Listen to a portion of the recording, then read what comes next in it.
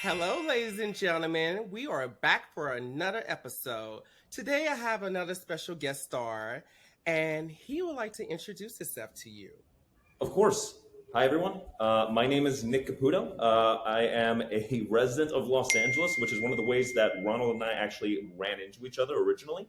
I am an entrepreneur. I work in public infrastructure, and I've also had a development agency for 7 years. So I've built apps and AI platforms, as well as like web platforms for a number of different celebrities or artists, necessarily, including like Kevin Hart's dog trainer, Josh Levert, who is a fantastic person. And then more than that, I've just been able to launch a couple national platforms from that. And additionally, I've written a good amount. And hopefully, in 5 years, you may see an elevated train built in Los Angeles as I've been working in public infrastructure in the county. So, a couple things that are all wildly different from each other. But it's weird. I don't really normally talk about myself too much, but apps and AI and getting trains built, everything. So giant nerd, pretty much. Oh, well, first off, I am so glad that's happening because we definitely need more trains in this city because traffic is just a mess. Like, it's just all over the place. So, yes, kudos to you for working on that. Are you from LA originally?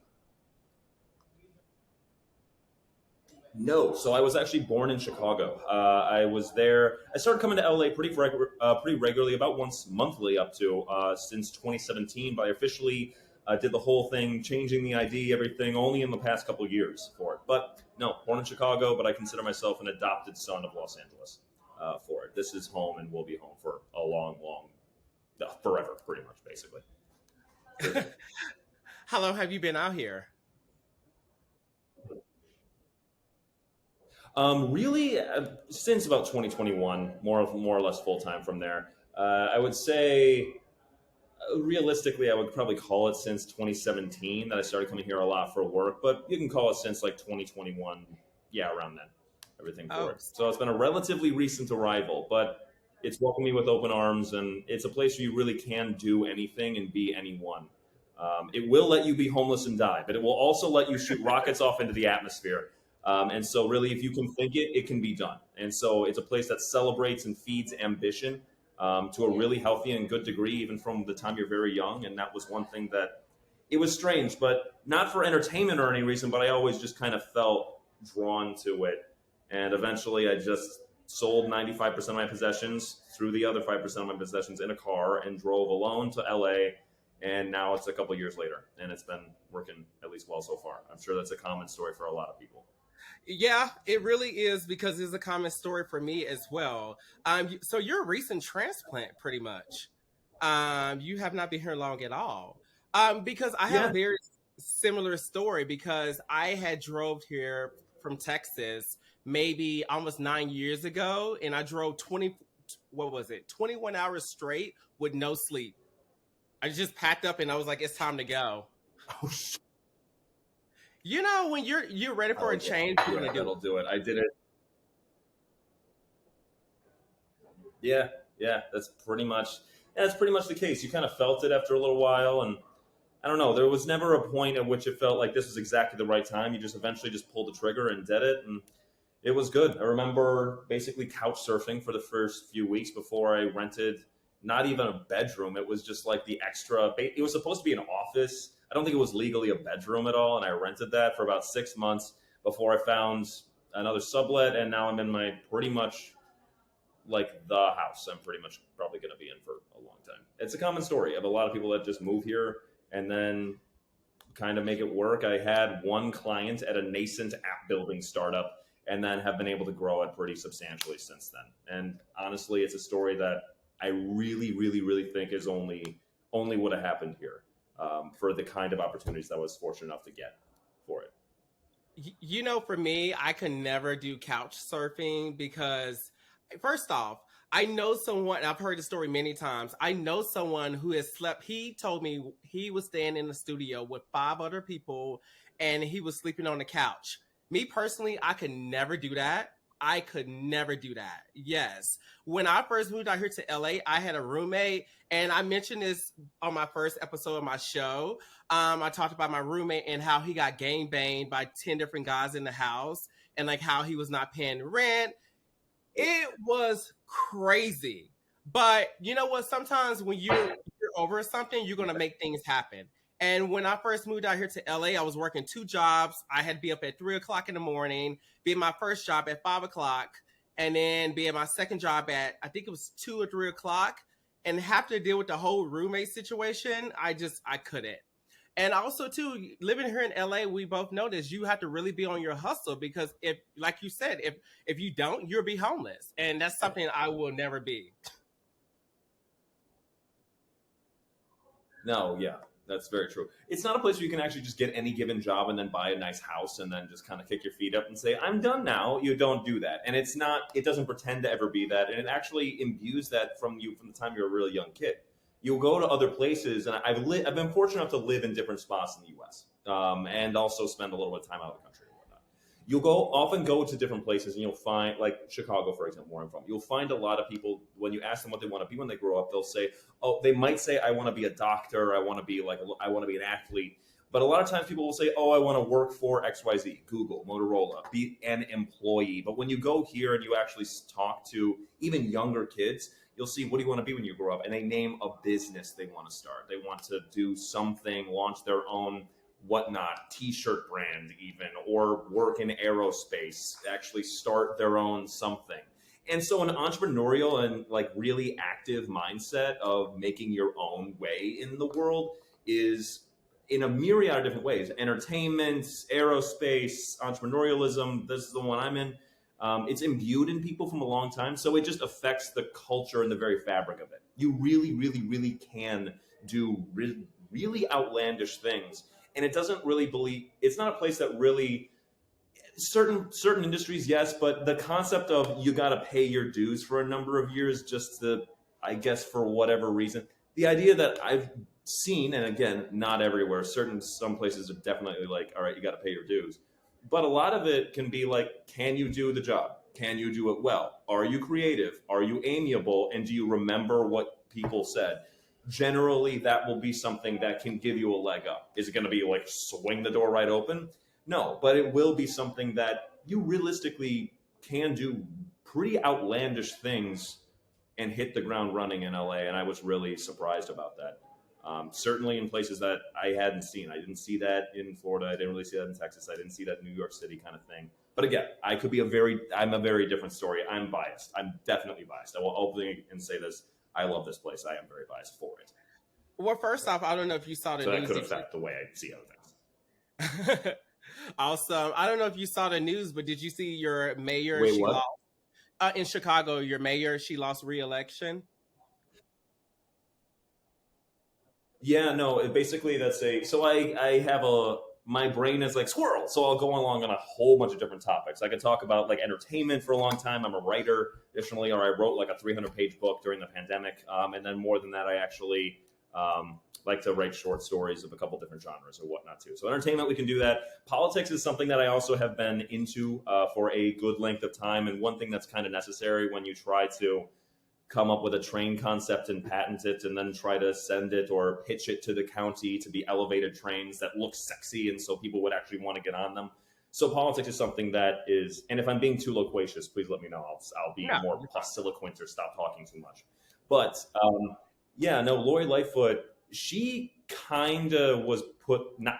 she was definitely put through the ringer a lot, but also that was really her first elected position that she was in. And being the mayor of Chicago is not really an easy job. You probably should have other legislative things you did before you jumped into that one. So she served the city as well as she could, and I believe she served it pretty well for the past 4 years, but it's either between super far left guy, apparently, Brandon Johnson, and then the guy that got overwhelmingly more popular about Paul Vallis, who seems to be Democrat but more centrist, which I think is one thing that we're going to start seeing potentially in the next couple of years. You'll see people, while they're still left, you'll see places like Los Angeles and San Francisco start to embrace a little bit more of a centrist turn, which honestly, I am left, I am liberal, but at the same time, I don't necessarily see centrism as a very bad thing. I think that can actually be really kind of useful in a diversity of perspectives that are rational, additionally, for so that we can all live. You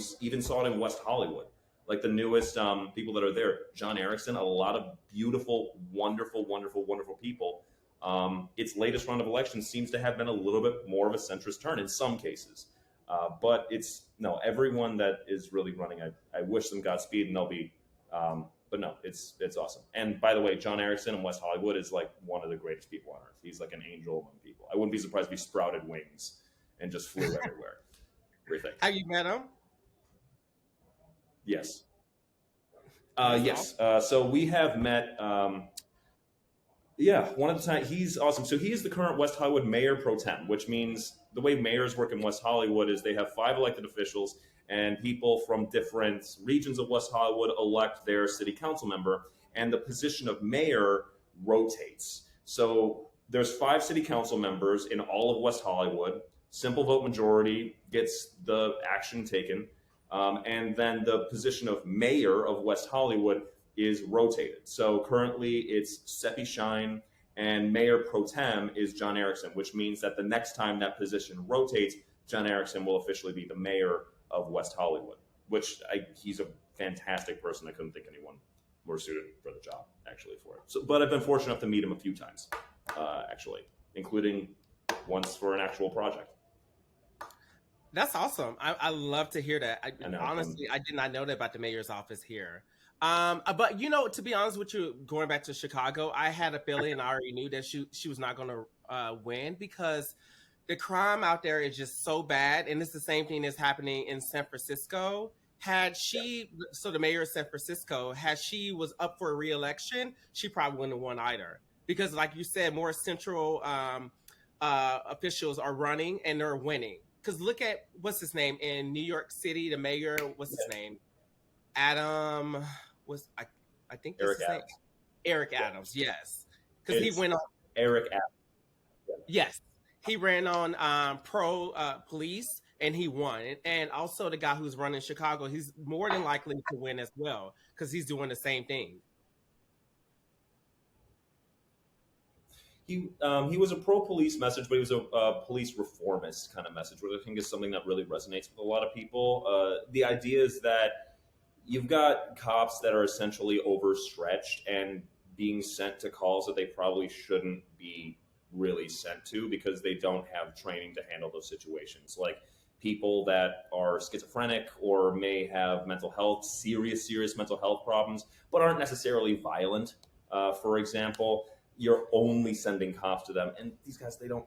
Oftentimes they're not trained. They don't know really what to do in those kind of scenarios. So yes, that's part of the case. And so pairing the hey, crime is increasing, or at least violent crime appears to be increasing, pairing that with a little bit more of a pro police message while coupling it with a police reformist message seems to be working. And honestly, a lot of the stuff they're saying does seem to make sense for it. I mean, I grew up. I grew up in the city, and violence there is a very real thing. It's something that, and it happens for seemingly just reasons that you or I would probably think, why would anything ever escalate to that point over something so trivial, like someone stole someone's shoes or someone spoke to someone the wrong way or something? You would never think something like that should escalate to extreme results, but it's like it oftentimes can. So I'm not saying that's for literally everything, but it seems like,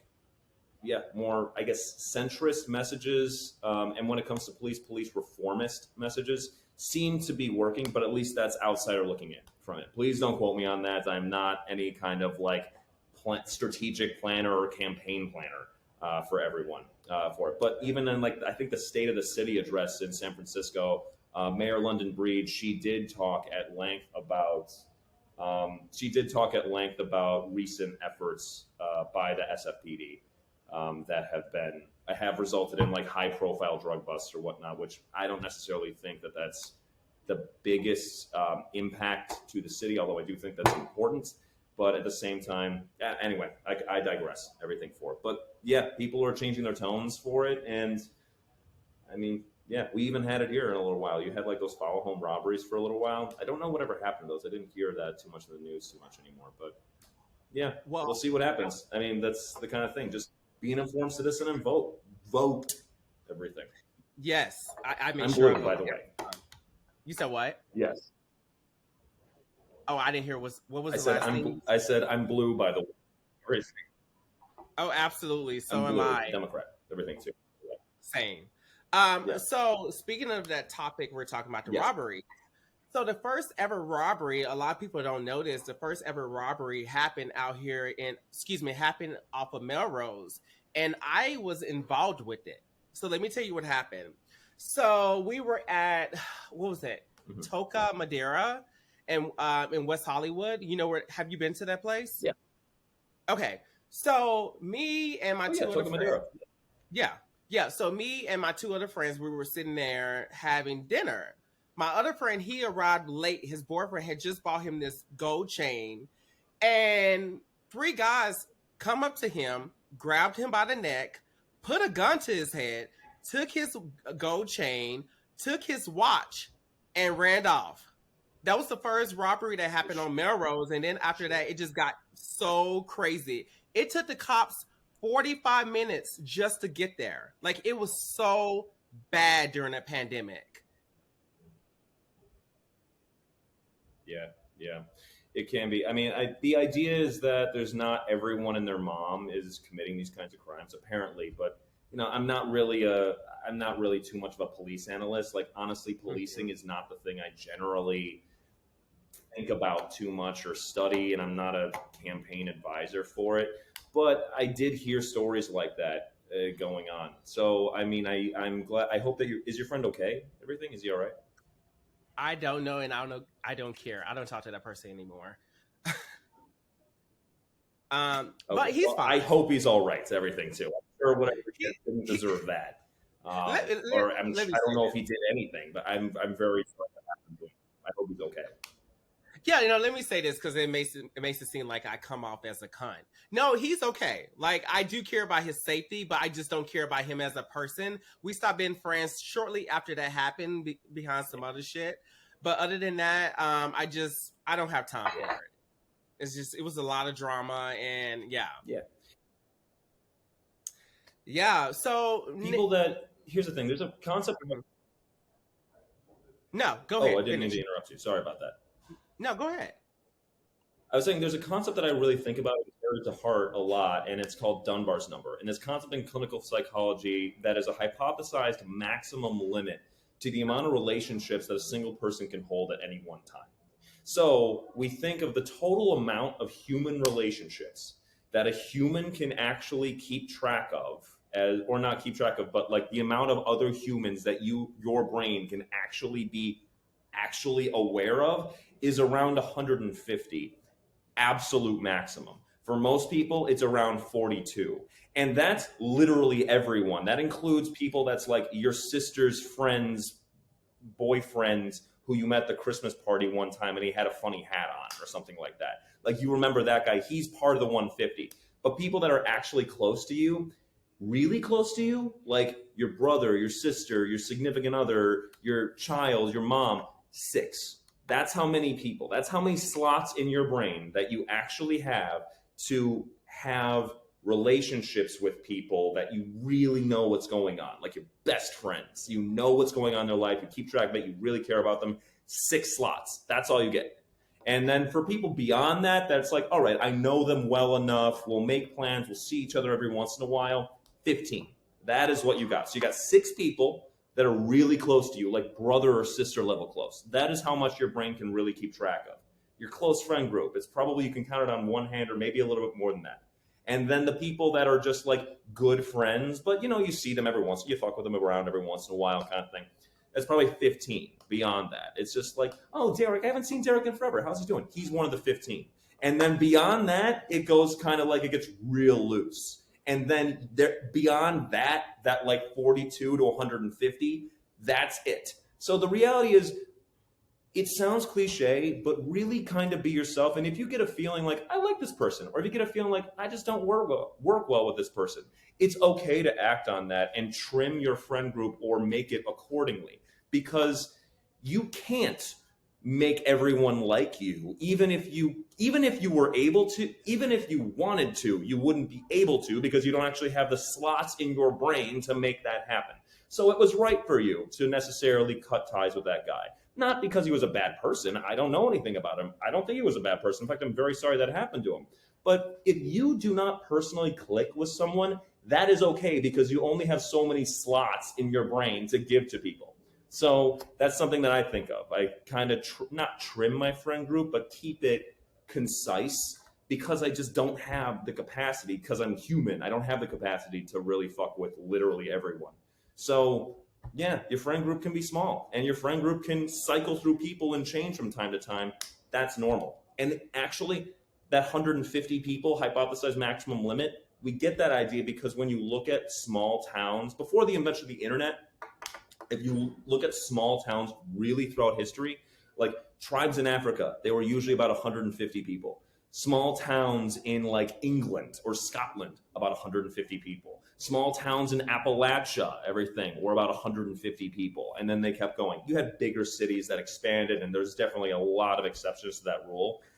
But yeah, the point is, be who you are, be unapologetic about it, and don't be afraid to keep your friend group concise, and don't be afraid to not feel like you have to fuck with everyone or make everyone like you. Because the reality is, even if you were able to somehow magically be likable to everyone in the world, you wouldn't even have the capacity to hold all those people in your head at one time. So anyway, Dunbar's number, it's a clinical psychology thing that was actually, it's weird because it's technically a limitation, but it's one thing that made me feel way more free when I learned it, and I just carry it with me a lot of times. That's true, and I definitely agree with you on that. But also, as Anyway, well, sure. I also going to say too. I had this conversation with someone who was on my show the last time. We were talking about like the friends that we had to cut down during a pandemic, and the pandemic really taught you like some of the people in your life just it's not worth it keeping them in your life. And I cut down my friend group a lot. I Yeah. really saw people for who they really were. And I am so glad I'm in a better spot when it comes down to that. My life is so much better, is less stress. You know, some people eventually came back around, but now I just try to keep my close my close friends close to me, and everyone else is just kind of like there.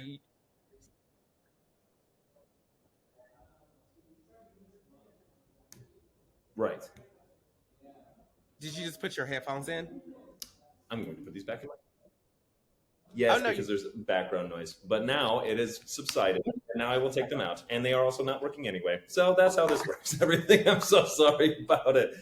Oh did my you not? God. I probably am not the exact, I don't know if I'm the best. Did you No, I did, but I'm using this on my computer. okay. So my headphones are trying to connect to my phone, but I'm using my phone to record this. And for whatever reason, you're coming through the speaker. And anyway, that's not here or there. I hope that it's okay if you can't hear too much background noise.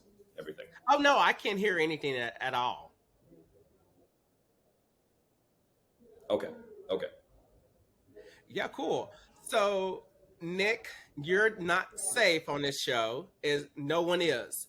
So on this show, and I talk about this every Okay. time. I was gonna say what I do on this show is called Ronald Cam, and pretty much what you do is you just stand up and you just show everyone your body. You knew it was coming, so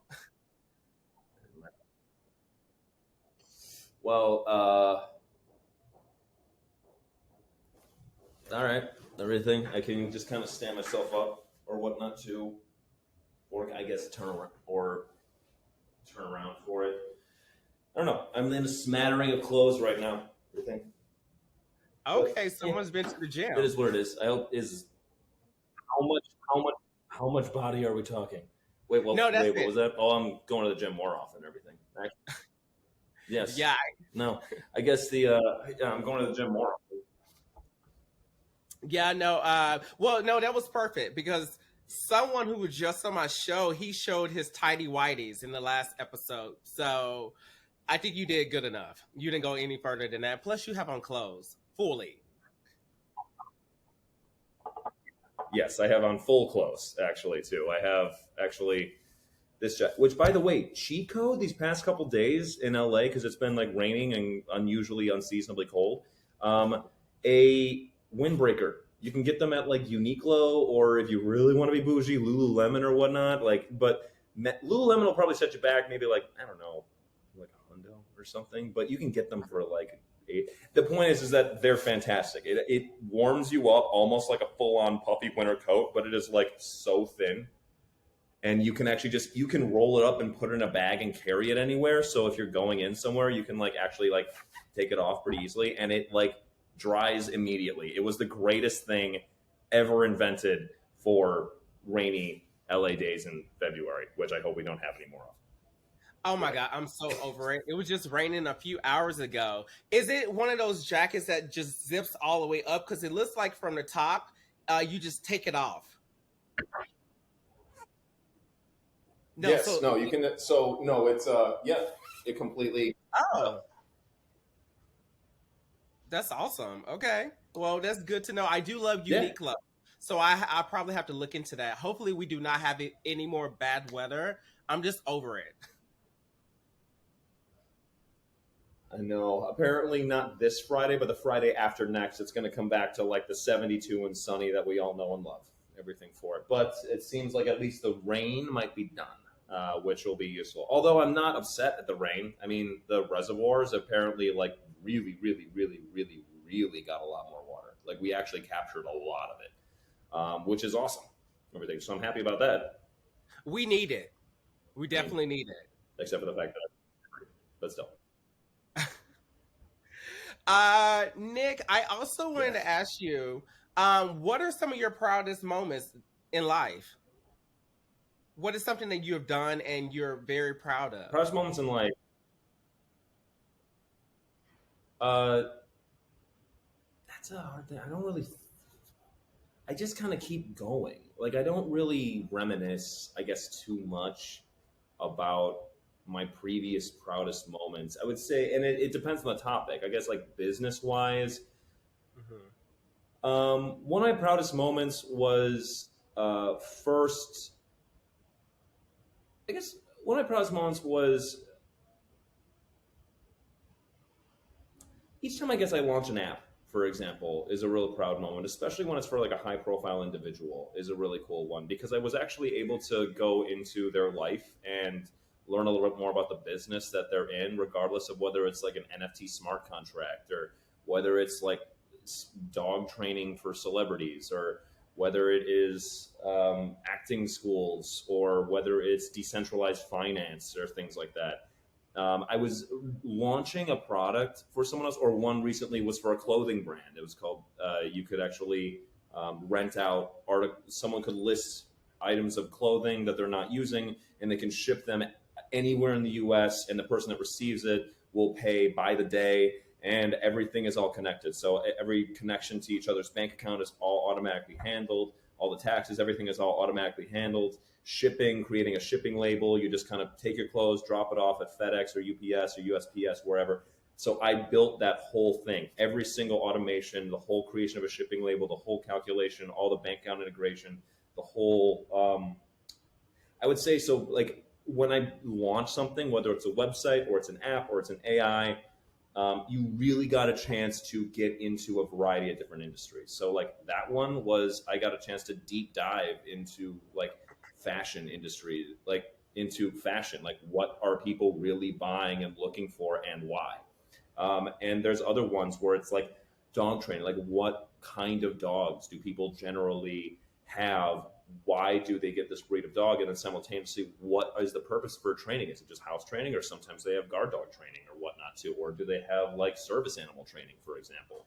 You get a chance to learn about a lot of things. And it's like, how can we anyway, so I'd say some of my proudest moments business wise are when there's an actual successful product launch because it means that I was effectively able to dive in and learn about an industry that is not my main one that I was born to do, but I was able to build something effectively and have the person I build it for profit off of it. So that's awesome.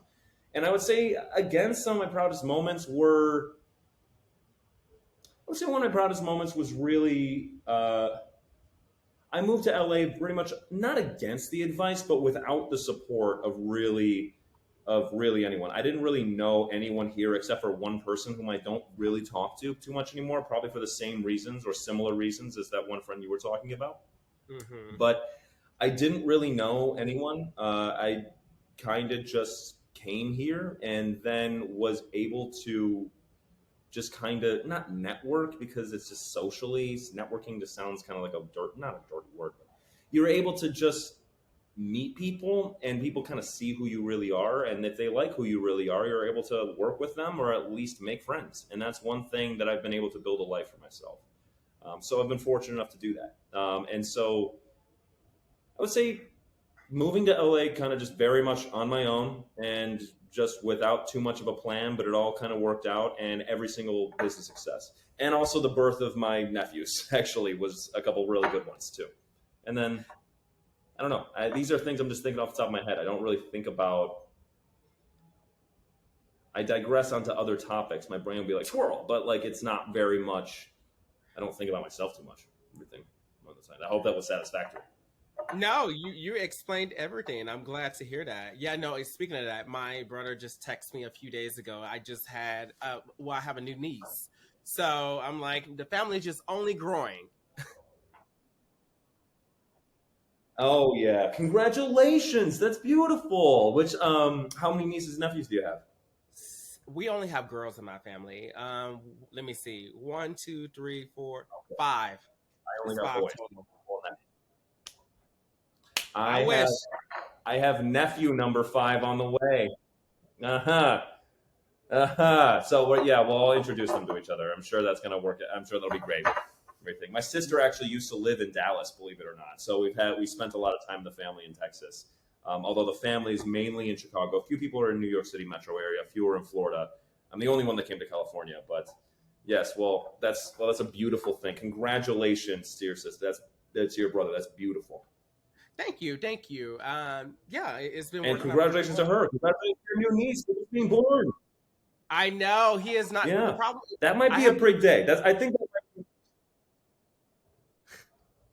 I will say he hasn't, but he hasn't sent me any pictures of my niece. My sister had to send me pictures. I'm like, what the hell? But we'll have a conversation with him about. I excuse me. I will have a conversation with him about that somewhere down the line. Well, I'm sure if there's anyone that's not bothered by it, it's your new niece. And that's because she can't be bothered by it because she was just born and she's the size of a burrito right now. She's a little burrito. She's an adorable little burrito.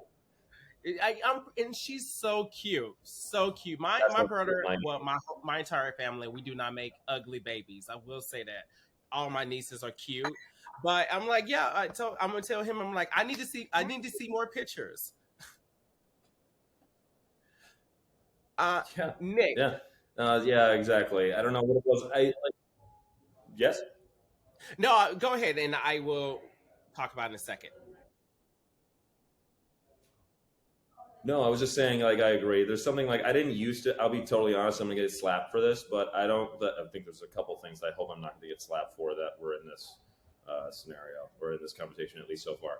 But uh, but yes, what was it? Yeah, I didn't always used to think babies were so like I thought they were cute, but not like adorable. But now I think babies are just adorable, and I think that's a function of just getting older. Like, and it was probably around my like second nephew that I really thought like an infant. Of course, like toddlers, I always thought toddlers were adorable because they're just little. I don't know, they're little buckets of energy that just run around and ask questions and do make putty noises, everything, and they're cute. But like infants, I started thinking were cute. I mean, I'm 28. I'm actually my birthday's in 2.5 weeks, so I'm gonna be 29. And I think it was just a function of when I turned like 26 is when I started seeing actual infants and babies as like oh, Well, like I happy look at early birthday. babies and like for me, I get the same level of no, thank you very much. Everything. It's 29. It's not like a huge one. I still got to figure out what to do. Everything. I was I'll just figure about it to ask you. I was like, what are you going to do? Honestly, so there's this one. There's this one restaurant in Baja California in Mexico, and it's about 3 hours drive away from LA. And I don't know who wants to go, but also I'll try to corral some friends to see if they want to go to this one really nice restaurant. It's called El Portales de Garcia, and it's in Baja California. It's about 30 minutes south of Tijuana, so about 3 hours drive away from here, in no traffic. And then it'll be but it's like an old Spanish garrison, like a 1500s, like fortress castle type thing that's literally chiseled into the rock kind of thing. So it's like a castle chiseled into the seawall. And you would think they would turn it into like a museum or something. No, it's not a museum. It's literally a restaurant. Like you go in, 1500s, like super old thing, and it like you just get a seat and you're sitting on a table, and it's like right next to a dramatic cliff face. And apparently the food is amazing. So I want to go to this restaurant, and that'll be really nice. And then I will go to a beach, something in Baja California and like south of Tijuana, and I'll just go explore. I'm a fan of like when it comes to travel and stuff like that, even if it's like small road trips, I'm a plan of go somewhere new, go somewhere that you don't have a real viable, too insane reason to go there, that you could have just be 90 years old and be like, I just never went there, just 12. And then you go, and then you just kind of drop in and just figure it out. I feel like those basically when it comes to travel, like the biggest thing that excites me is like the possibility of a trip that something could go horribly wrong. Like that's kind of the one that I really like because they have good stories. So yes, if anyone wants to go and just drive with me to Mexico to some random restaurant on the side of a cliff in south of Tijuana, assuming they have my contact information. That definitely sounds like so much fun. I definitely would be down for something like that. I was going to ask you, where did you find this restaurant? How did you find your how did you do your research on this? I just remember things. I don't know. So I have this. So I found it, I think, on an Eater LA article, or it was like Condé Nast Travel. I forget. It was probably over a year ago that I first heard about it, and it was just on some random website like Best Of, or like some places you must see at some point in your life kind of thing. And I saw it. And if you look, I use Google Maps, or I use Apple Maps to navigate. I use Google Maps. And on it, I'll like save locations. So like instead of like writing down, I do write a lot and I write journal entries and diaries. But like I also will like actually star locations and like mark locations as wanting to go so I don't forget about them. So I think like a year ago, I heard, oh, that's awesome. And I searched it and I found it. And then I just like marked it as want to go. And if you look on like Google Maps, it's like a whole smattering of stars, everything, like all these like yellow stars on it, because I mark those as places like I've been and or want to go. And it is, yeah. So I just heard about it like a year and a half ago. I saved it and I just remembered it like I think a month ago. And I'm like, the closer I get to my birthday, I'm like, you know what, that would be fun. I think that would actually be fun. And so just random, everything. But if you want to go, man, fuck it. Let's go. Yeah, let's do it. Let's do it. What could go wrong? What could possibly go wrong? It'll be fine. First We're just driving to Mexico, rural Mexico. It'll be great.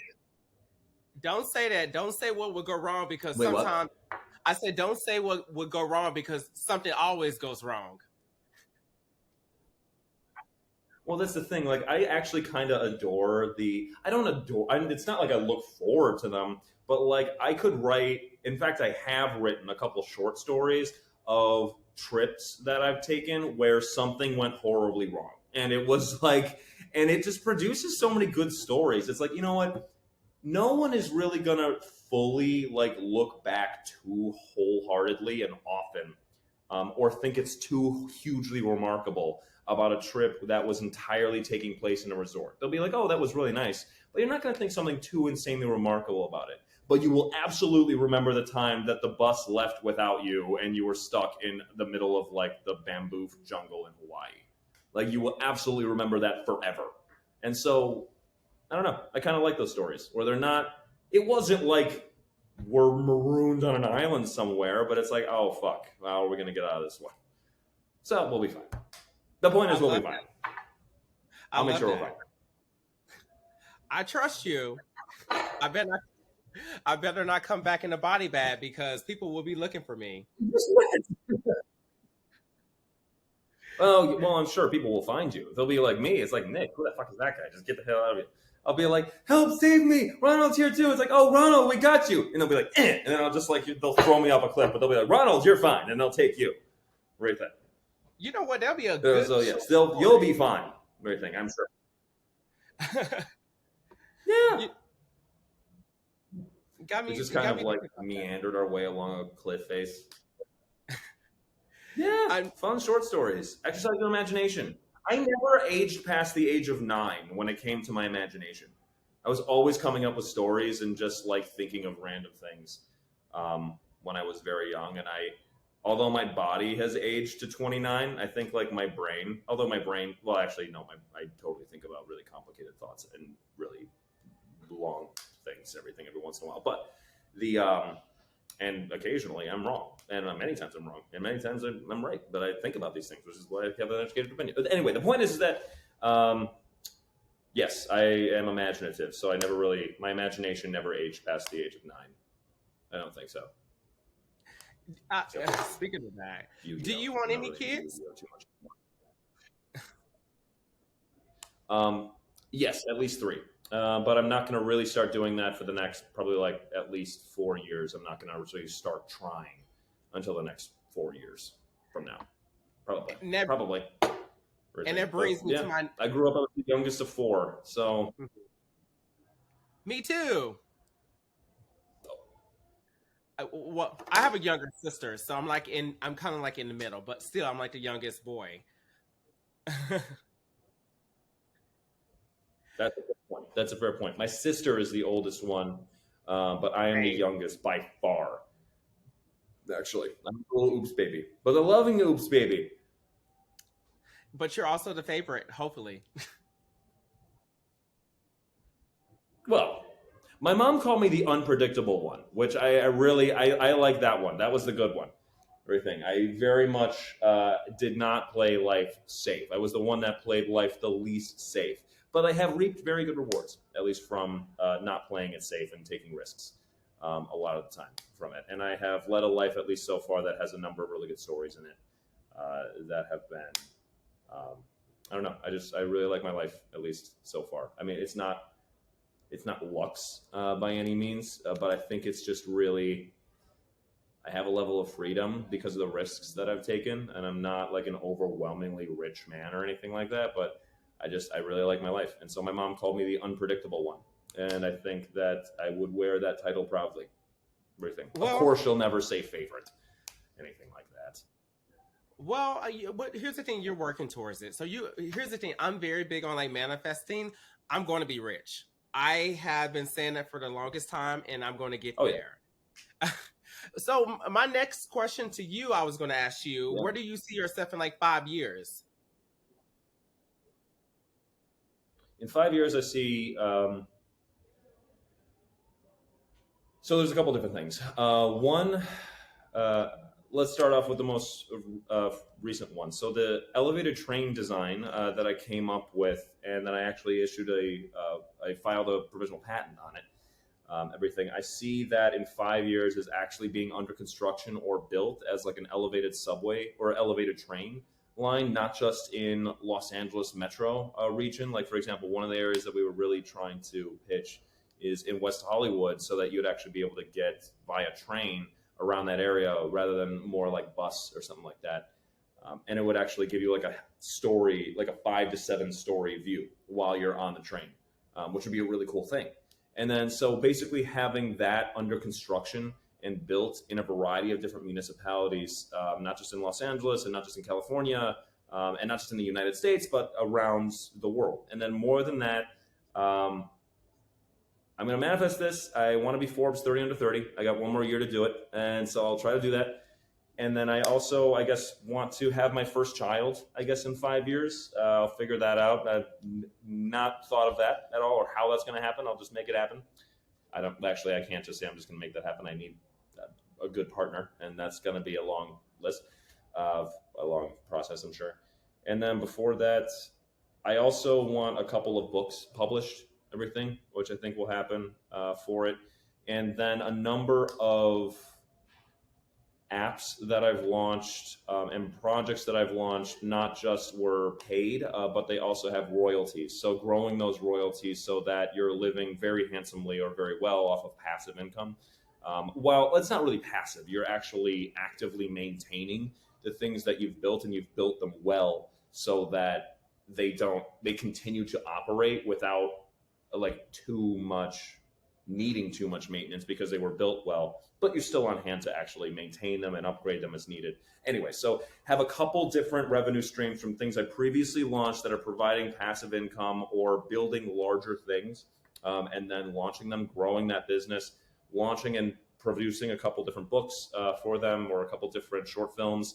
And then more than that, being able to have a public transit train built in a couple of different municipalities, which would be a really cool, visually appealing and new way to get people around. I would say that right now, those are things that I would really like to have happen in the next 5 years. And I think that I can make that happen for it. Absolutely. And it's a lot of work. And these goals are like the only thing I really think about. Everything too. Like it's occasionally I'll go out and socialize, and I'm trying to have more of a social life.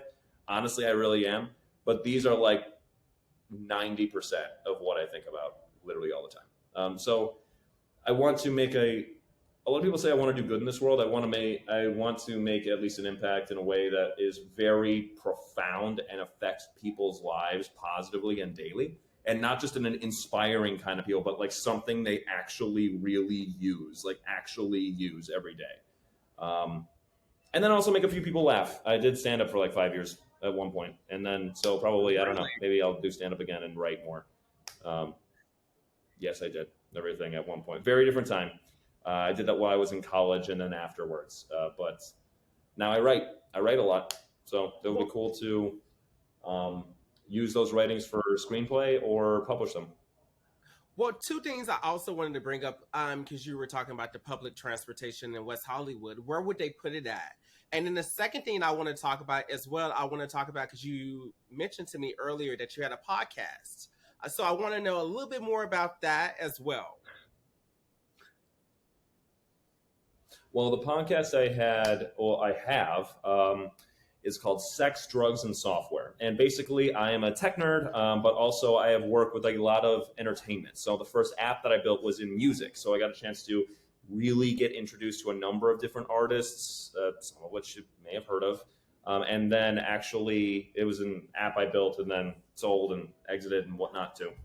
And then, so from there, I was able to meet a couple different people in entertainment. So be me, tech nerd, someone else in entertainment, or some very different type than me, and we have a long form, unscripted conversation, in which we also try to like brainstorm and come up with something. So if the person is a TV writer, we come up with like a new series or something, and we're not going to actually make it. We're not actually going to pitch this or whatnot too, but we just like throw ideas at a wall and then just kind of come up with stuff as we're building it. If they're like, I don't know, an architect or a clothing designer, we come up with, I don't know, a new fashion brand or a new clothing design or whatnot too. But generally, we just kind of riff on life and everything too. What got them there? At one point, we had a guy accidentally like say something he did that was illegal, so we had to like not release that episode until like, well, now we can because the statute of limitations. It wasn't a huge deal. He took unemployment insurance when he shouldn't have been taking unemployment insurance. But now it's like way later. It's like over 6 years ago now. So it's like that happened. So it's fine. We never released those episodes, but I had two members of the cast of Hamilton in it actually at the time. One of which went to Broadway. It was in Chicago. One of which went to Broadway. A couple of which went to television. And actually, I believe he lives in Los Angeles now, as well as a couple different clothiers and people that actually make clothing. A manager for a couple different music artists. They were based in Chicago, for example. So it was a cool thing. But I think I will actually wind up rebooting that. It's called Sex, Drugs, and Software. Basically, just me and someone else very different than me having an unscripted conversation, riffing on life, and then maybe trying to like brainstorm something while we're doing it. But it has a lot of hot tea. You know, so I'm all much about sex. tea. I'm just kidding. There's not actually too much sex. Yes. Sizzle. I love to hear that. I love to hear things like that. I definitely think you should start it back up again. it'll be fun. I plan on it. I just gotta make the time and just Yeah. actually rip the band-aid off and do it. I want to ask you, what led you to create Tea Time with Ronald Mercer, and how do you schedule your day around actually making these episodes? Like, what does a day look like where you're filming? Do you like do a whole bunch of preparation and like we're filming for an hour or however long, but do you have like an hour before and an hour after, and then the editing process? What led you to do this? Because this really is like a job, everything. What does your day look like when you're making this kind of thing? Behind the Well, scenes. thank you for this question because I would love to answer it. Well, the reason why I came up with Tea Time is because so many people have told me to do it, first off. And second of all, I know so many secrets in Hollywood. I have a lot of people know this. I have dated a lot of like high profile men in this industry. So all the secrets that I have, I felt that it was time for me to like release the show. So I didn't get a chance to talk about this, but I also run a business. I run a few actually. And so what I try to do is I try to schedule one episode each week, and how I do the preparation with the questions. It just depends on the person, like what they do for a living. I want to answer like the basic questions, like where you're from, like where do you see yourself in a certain amount of time. I just kind of do it based on that. And for me, sometimes I'm always prepared regardless, but sometimes for me, it's just about just having like a regular conversation with people. My plan is okay, so I am going to do a season 2, of course, but I'm going to do it in a studio. So that's the plan. What I'm going to do for season 2. I'm really looking forward to it. Like I have been so busy because I've been having so many guest stars. People have been reaching out to me. It's a few more episodes I really want to do, and I really want to focus on like just like doing episodes by myself. Like I will give you an example. One episode I want to do is called "What Ronald Mercer Would Do" because people are always reaching out to me for help. And I don't know what it is, but people always think that I have the answers. So I had people, it was a few weeks ago, I had them send me questions on Instagram and through email. And I kid you not, Nick, some of the questions that people sent me was so crazy. If I read some of them to you, you will laugh so hard. I I'm also a very entertaining You person, know, so if you would like, you went out. Say that one more time. I think I said I didn't. I totally interrupted and I didn't mean to. I'm sorry about that. I thought I read one of them. Wasn't there like a girl who was dating her boyfriend, but then she got pregnant from her boyfriend's dad? Yes, Something along that those was lines, like one of them. something. I think I saw that on your Instagram story. Jesus Yeah, Christ, everything. Like, and also as well yeah, another one. I don't know how anyone can put that one. Yeah. Here's the thing, and I'm not judging anyone. I would never give away anyone's information, identity, of course. But I also had another one where someone had reached out to me and they were telling me that they were like 18 and how they were staying with their parents. They were all staying in the one bedroom and how they were filming for their OnlyFans in order to move out of their parents' house, but they were filming in their parents' bedroom. Like crazy shit people be sending me all the time. Were their parents home? No. Their parents Can you, weren't home, were they? That's just bad manners. That's bad bedside manner. What do you think? That's what we can Nick, all say. let me say something. Can you just imagine as a parent coming home and you're laying down and you see something on the back of your neck and it's cum? Can you just imagine that happening? No, because I think I would just go into like just blind rage.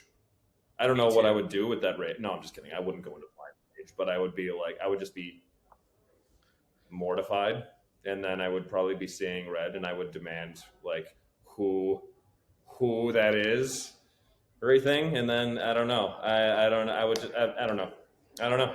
Everything. I, I literally cannot imagine that. So I would not. I don't know what I would do. I mean, I know I wouldn't do anything like crazy or violent or anything like that, but I would be pissed. Oh my God. So like irreparably pissed. Like it would fundamentally change a relationship of almost any kind. Like that's how pissed I would be. So I wouldn't do anything like illegal or violent, but I would be like, no, I just can't imagine it. But I do know it would fundamentally change a relationship permanently. Everything. So, Definitely. but I think we Yeah, can all agree that is just bad bedside manner. Everything. definitely. I'm telling you, if it was me as a parent, my kid would no longer be able to go anywhere. Trust me. But No, yeah, no. no, And it's just like you live here now. Everything. I already live here. No, I mean you live in this house. You're not leaving until you're in college. And even that, no, I'm just kidding, of course. But still, it's just man, like that's a rough one. This is LA though. This is very. It's not like this is expensive, man. Stripping doesn't cut it anymore. You got to go straight to OnlyFans. That's really what it is. You want to I make it in this know, town? You got to hustle your ass. but Stripping doesn't everyone's cut it. doing that. Maybe Miami. That's what will cut it. But here, you got to go right. Make your OnlyFans account. I'm Well, I telling you, mean, but the God willing, problem. don't do that. Or have me make a website for you so you don't have to much cut from OnlyFans. Everything. Well, so many people are doing OnlyFans. Me personally, I can never do it. My public image is everything to me. I could never do that. Yeah. I have a couple. I do have the ability to create websites that are basically a streaming platform, almost like an OnlyFans page, but instead of onlyfans.com/XYZ person, it would be xyzperson.com, like literally someone's own website. And then I would be able to launch it for them, have a ridiculous amount of customization. They could actually make it literally look and function however they want. There's no one policing the content. I mean, as long as it's legal Mm-hmm. content that's going up, so they don't have like OnlyFans kind of like saying what do you want or kind of policing their content and things like that. And then I would like actually keep it running for them and take a hugely less cut than OnlyFans typically does. So that is something I have the ability to do and have recently started thinking about it. But I would not personally myself make an OnlyFans.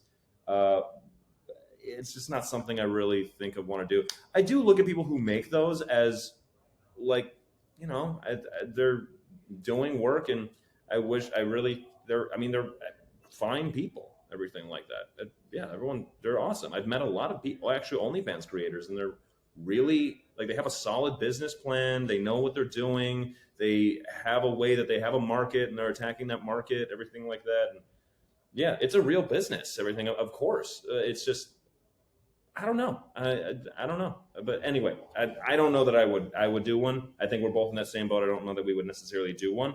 But a lot of people are doing it. A lot of people are doing it. And so Yes. it's a legitimate thing, and I view it just as legitimately. I think we both do. Yeah, kudos to them. And, I'm not judging anyone, but I'm just saying it's just not for me. But, Nick, I do have to end this show. So I do really want to thank you for coming on here today. I've had a lovely conversation with you. So I definitely have to close it out. But thank you so much for coming on. I really appreciate you. Of course, no, thank you for the time. Appreciate it. I know this is kind of a impromptu one or whatnot too, but I hope it's a good episode, and thank you very much, Ronald. I'll talk to you soon. Absolutely. So I'm going to go ahead and do out my closing statement. Thank you, everyone, for watching my show, and I will see you in the next episode. And as I always say, get your life together, get your credit together, and clean that kitchen because we do not get roaches. Do roaches, excuse me. Nick, can I get an amen? Amen. All right, then, Nick. I'll talk to you later. Talk to you later, Ronald. Thank you so much. Appreciate it. Everyone have a wonderful day. Absolutely. Bye. Bye.